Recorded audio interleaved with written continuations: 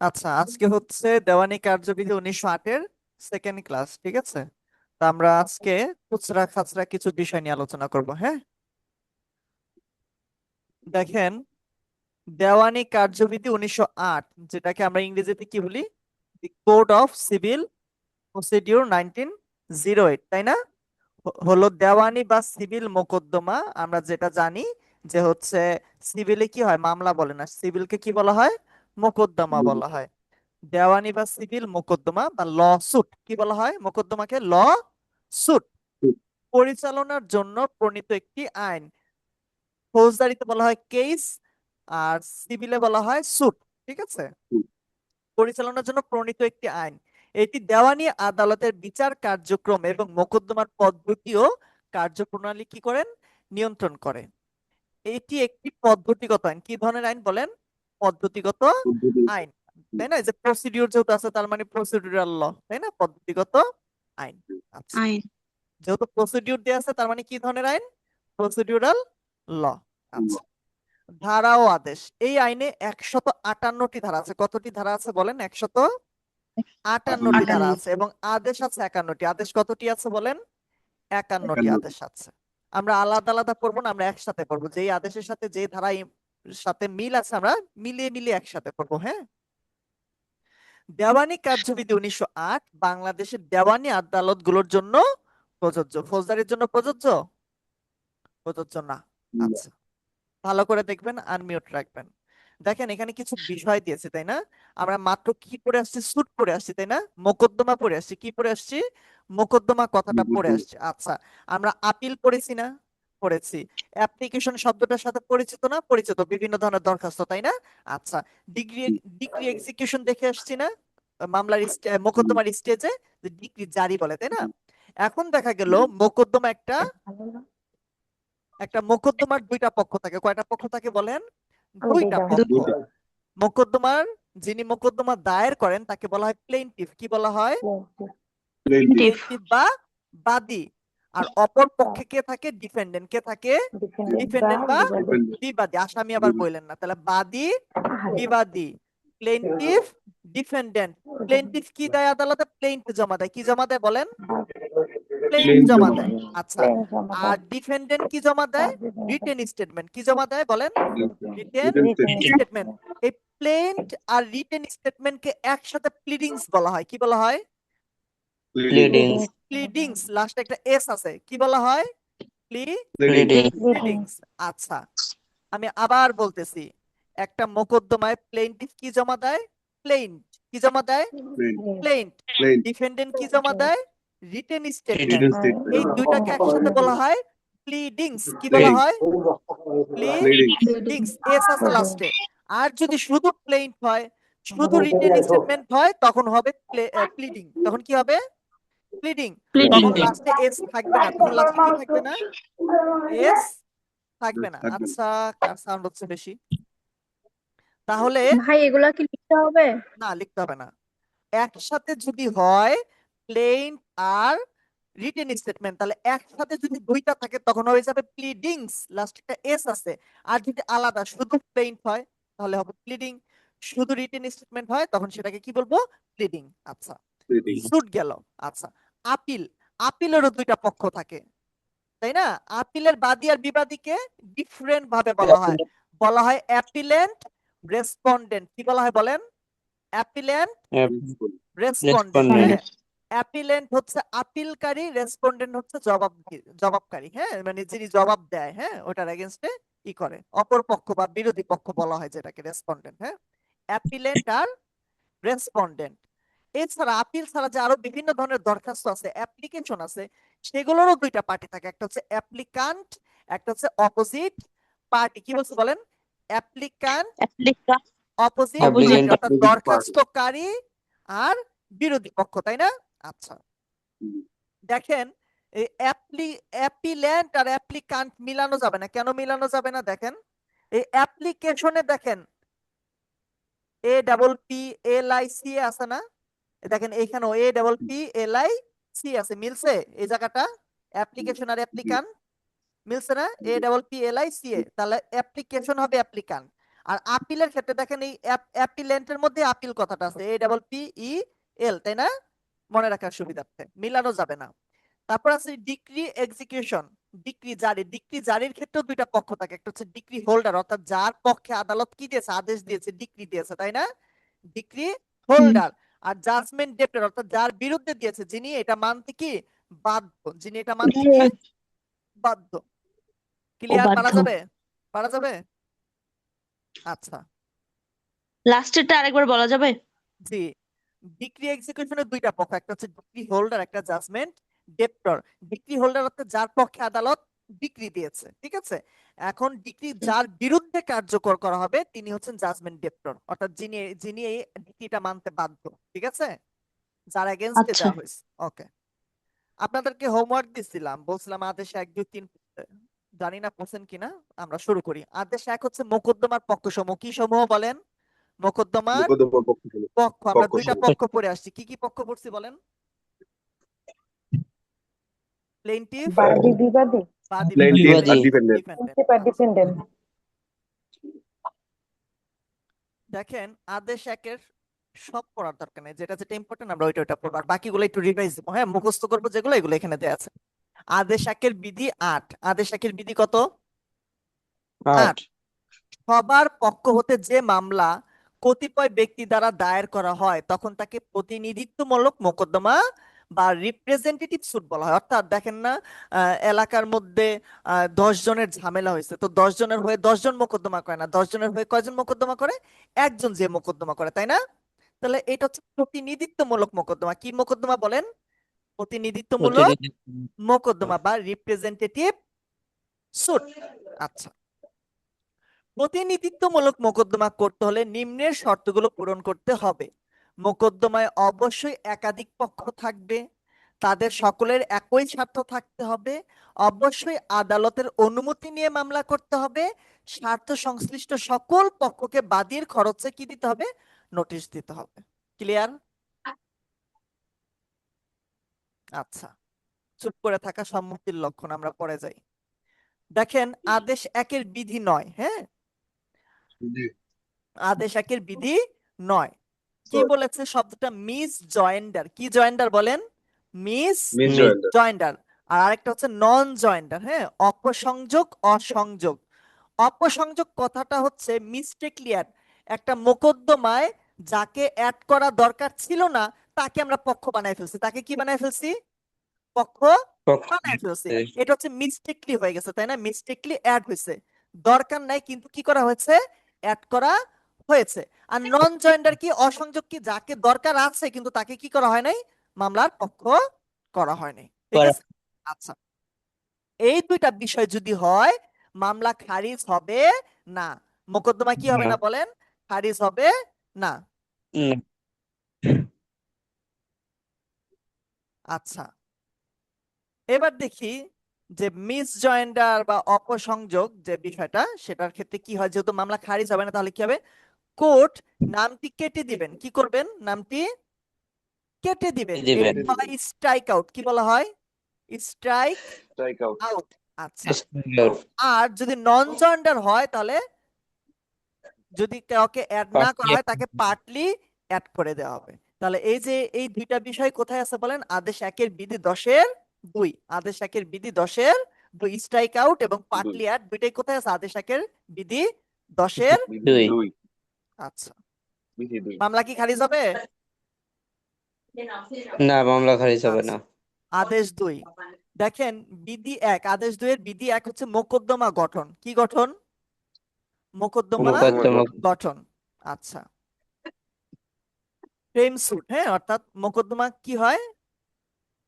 মোকদ্দমাটা frame করা হয়, তাই না? বিচার্য বিষয় নির্ধারণ করা হয় বা মোকদ্দমাটা তৈরি করা হয়। কেন? ফাইনাল ডিসিশনের জন্য। কিসের জন্য বলেন? Final decision. একটা ফাইনাল মোকদ্দমা শুরু হয় কেন? সাজানো কেন হয় জানো? এখান থেকে আমরা কি পাই? একটা ফাইনাল ডিসিশন পাই। বিচার পাই অথবা কি বা পাইতে ফাইনাল পারি? ডিসিশন পাই। Prosecute further litigation. Final decision ছাড়া অন্য কোনো কি পেতে পারি? ফার্দার লিটিগেশন বা অন্যান্য ব্যবস্থা পেতে পারি। আচ্ছা, বিধি 2 হচ্ছে হোল ক্লেম। কি ক্লেম? Whole claim. আপনি যখন মোকদ্দমা হোল দায়ের ক্লেম। করবেন আপনার যা যা দাবি সকল কিছু প্রথমেই চাইতে হবে। প্রথমেই কি করতে হবে? চাইতে হবে। যদি না চাইতে করেন হবে। তাহলে কি হবে, পার্টিস কি করেছে, দাবি ত্যাগ করেছে বলে আদালত ধরে নেবে। অর্থাৎ আপনি যদি কোনো কিছু আদালতের কাছে না চান, আদালত ধরে নেবে, তার সেটা কি কি না, দরকার না। দরকার নাই। তাহলে আপনার দাবি করতে হলে অবশ্যই প্রথমে দাবিগুলো আদালতের কাছে করতে হবে। আচ্ছা, উপস্থাপন করতে হবে।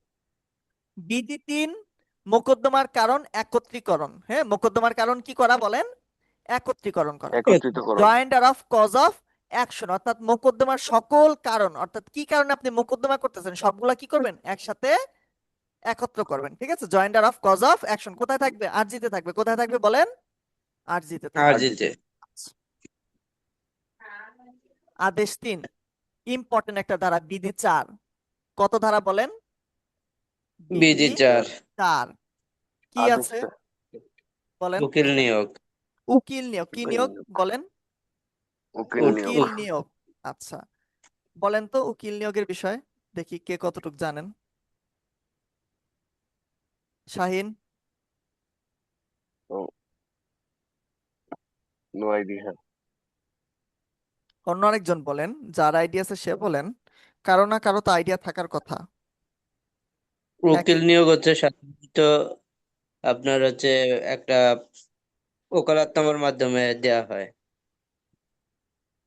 মানে কোন ব্যক্তি অথবা অ্যাটর্নি জেনারেল মোতাবেক ক্ষমতাপ্রাপ্ত বা লিখিত না হওয়া পর্যন্ত কোনো উকিল কার্য সম্পাদন করতে পারে না, এটা কি? আরেকজন বলেন।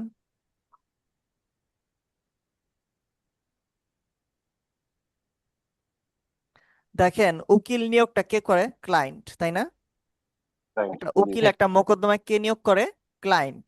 তাহলে কোনো ব্যক্তি Client। করে বা আমোক্তান্নামার মাধ্যমে, পাওয়ার অফ অ্যাটর্নির মাধ্যমে, কিসের মাধ্যমে হয়, power of power power of attorney. Attorney. কোনো ব্যক্তি দ্বারা হয় বা পাওয়ার অফ অ্যাটর্নি দ্বারা। কি বলছি বলেন, কোনো ব্যক্তি দ্বারা বা power of power of attorney attorney দ্বারা। দ্বারা। এইটা দ্বারা যদি এই ক্ষমতা সম্পন্ন না হয়ে নিযুক্ত করা হয় অন্য কোনো ব্যক্তিকে, সেই ব্যক্তিকে উকিল হবে, উকিল হিসেবে গণ্য হবে, না। না। গণ্য হবে না। অর্থাৎ কো- ওই মোকদ্দমায় উকিল হইতে হলে অবশ্যই ওই মোকদ্দমার ব্যক্তি দ্বারা কি করতে হবে, নিয়োগ হইতে হবে, অথবা আমুক্তান্নামার মাধ্যমে, পাওয়ার অফ পাওয়ার অফ অ্যাটর্নির অ্যাটর্নির মাধ্যমে। মাধ্যমে নিয়োগ হইতে হবে। এবং সেখানে কি থাকবে, সেটা লিখিত থাকবে, এবং সেখানে কি থাকবে, স্বাক্ষর থাকবে। লিখিত থাকবে এবং সেখানে কি থাকবে বলেন, স্বাক্ষর থাকবে। স্বাক্ষর থাকবে। আচ্ছা, তাহলে আদেশ 3, বিধি কত, 4।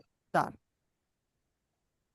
আদেশ 4, আদেশ কত, 4, মোকদ্দমা 4 দায়ের করা। কি দায়ের করা বলেন, মোকদ্দমা মোকদ্দমা দায়ের করা।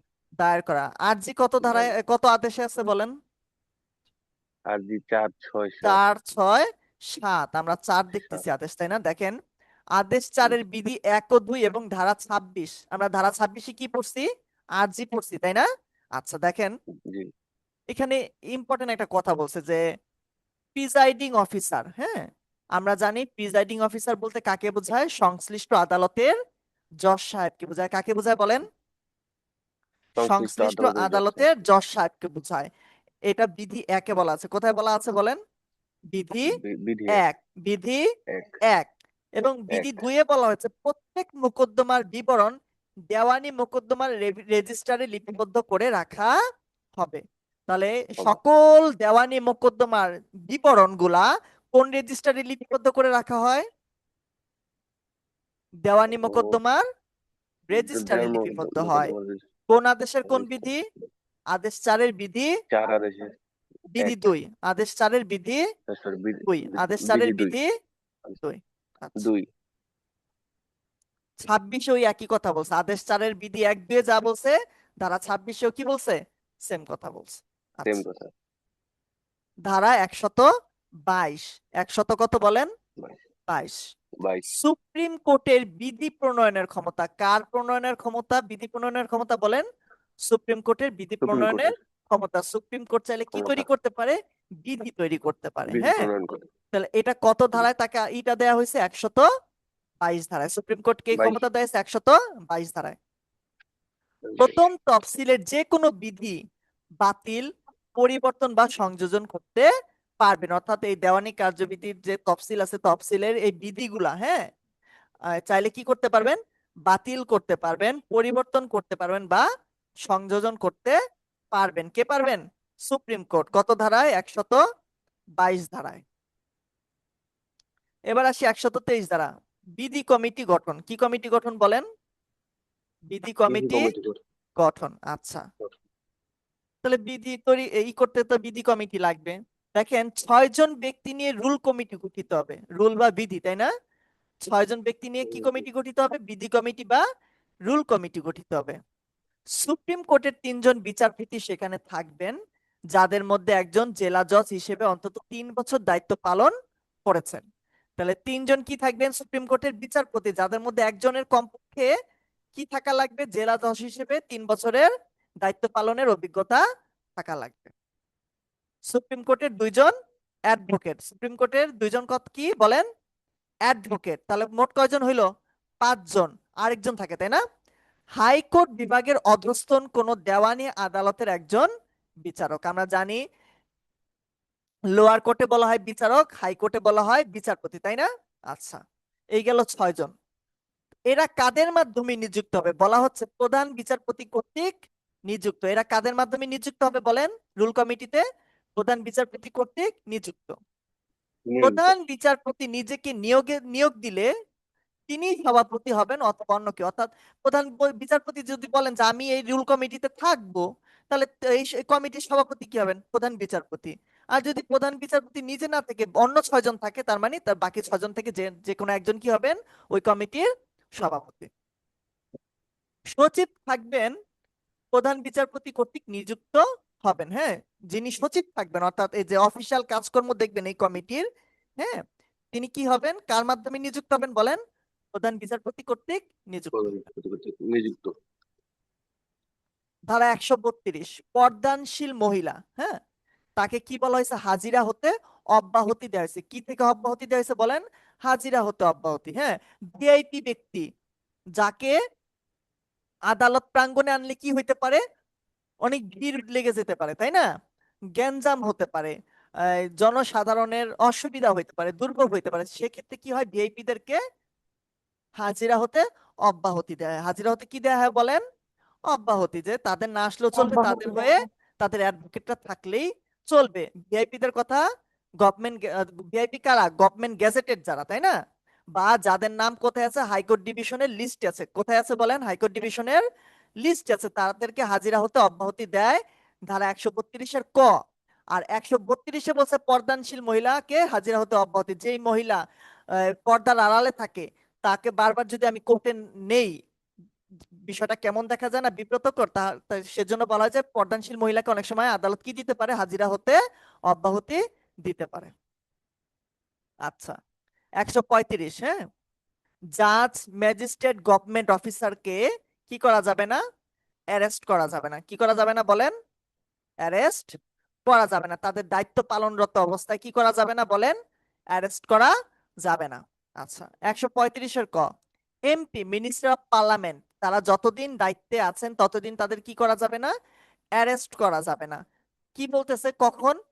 পার্লামেন্ট সেশন শুরুর 14 দিন আগে এবং 14 দিন পর, এই সময়সীমার মধ্যে। অর্থাৎ তিনি এমপি যতদিন ছিলেন, এমপি হওয়ার 14 দিন আগে এবং 14 দিন পর পর্যন্ত কি করা যাবে না? তাকে অ্যারেস্ট করা যাবে না। এর পরবর্তীতে পারবে বা তার আগে পারবে। ঠিক আছে? আচ্ছা, দেখেন 137 অধস্তন আদালতের ভাষা।